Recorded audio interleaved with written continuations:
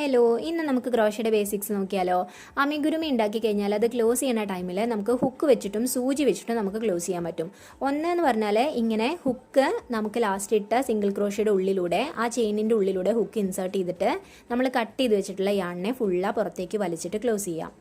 അതായത് സൂചിയൊക്കെ ഇട്ട് കോർത്ത് അതിനുള്ള മടി ഒഴിവാക്കാൻ വേണ്ടി വേണമെങ്കിൽ ഇങ്ങനെ ചെയ്യാം. അത് കണ്ടോ, ഇതുപോലെ ഹുക്ക് ആ ചെയിനിനകത്തൂടെ സിംഗിൾ ക്രോഷയുടെ അകത്തൂടെ ഫ്രണ്ട് ലൂപ്പിലൂടെ പുറത്തേക്ക് ഹുക്ക് ഇൻസേർട്ട് ചെയ്യുക, യാണിനെ പുറത്തേക്ക് വലിക്കുക, മൊത്തത്തിൽ പുറത്തേക്ക് വലിക്കുക.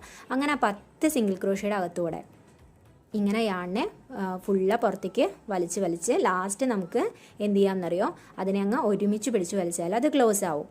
ഇല്ലെങ്കിൽ വേറൊരു മെത്തേഡ് എന്ന് പറഞ്ഞാൽ സൂചിയും നൂലും. അപ്പോൾ ഈ കിട്ടിയ ലാസ്റ്റ് കട്ട് ചെയ്ത് മാറ്റിയ നൂലിൽ സൂചി കോർക്കുക. എന്നിട്ട് ഫ്രണ്ട് ലൂപ്പ്, അത് നമ്മുടെ സ്റ്റിച്ച് മാർക്കർ അതിൻ്റെ ഇടയിൽ പെട്ടതാണ് കേട്ടോ. എന്നിട്ട് ഫ്രണ്ട് ലൂപ്പിനകത്തോട് കൂടി മാത്രം ഇതിനെ കോർത്തെടുക്കുക. ഫുള്ള് ഫ്രണ്ട് ലൂപ്പിലൂടെ മാത്രം കോർത്തെടുക്കുക. കംപ്ലീറ്റ് കോർത്ത് കഴിഞ്ഞാൽ ഇത് ഫുള്ളും കോർക്കണം കേട്ടോ. 10 സിംഗിൾ ക്രോഷയുടെ അവിടെ വരെ നമ്മൾ ഫ്രണ്ട് ലൂപ്പിലൂടെ മാത്രം ഈ യാണിനെ ഇങ്ങനെ പുറത്തേക്കെടുത്ത് കൊണ്ടുവന്ന് കഴിഞ്ഞാൽ ലാസ്റ്റ് അതിനെ ഒരുമിച്ച് പിടിച്ചങ്ങ് വലിക്കുക. ഫ്രണ്ട് ലൂപ്പിലൂടെ മാത്രം കേട്ടോ.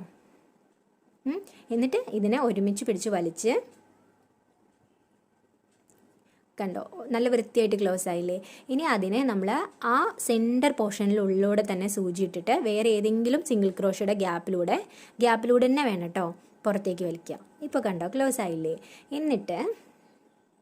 എന്നിട്ടത് കാണാത്ത രീതിയിൽ വേറെ ഏതെങ്കിലും ഗ്യാപ്പിലൂടെ പുറത്തേക്ക് കൊണ്ടുവരിക. അങ്ങനെ ഒരു 2-3 തവണ പുറത്തേക്ക് കൊണ്ടുവന്നിട്ട് ആ യാണിനെ നമ്മളങ്ങ് കട്ട് ചെയ്ത് മാറ്റുക.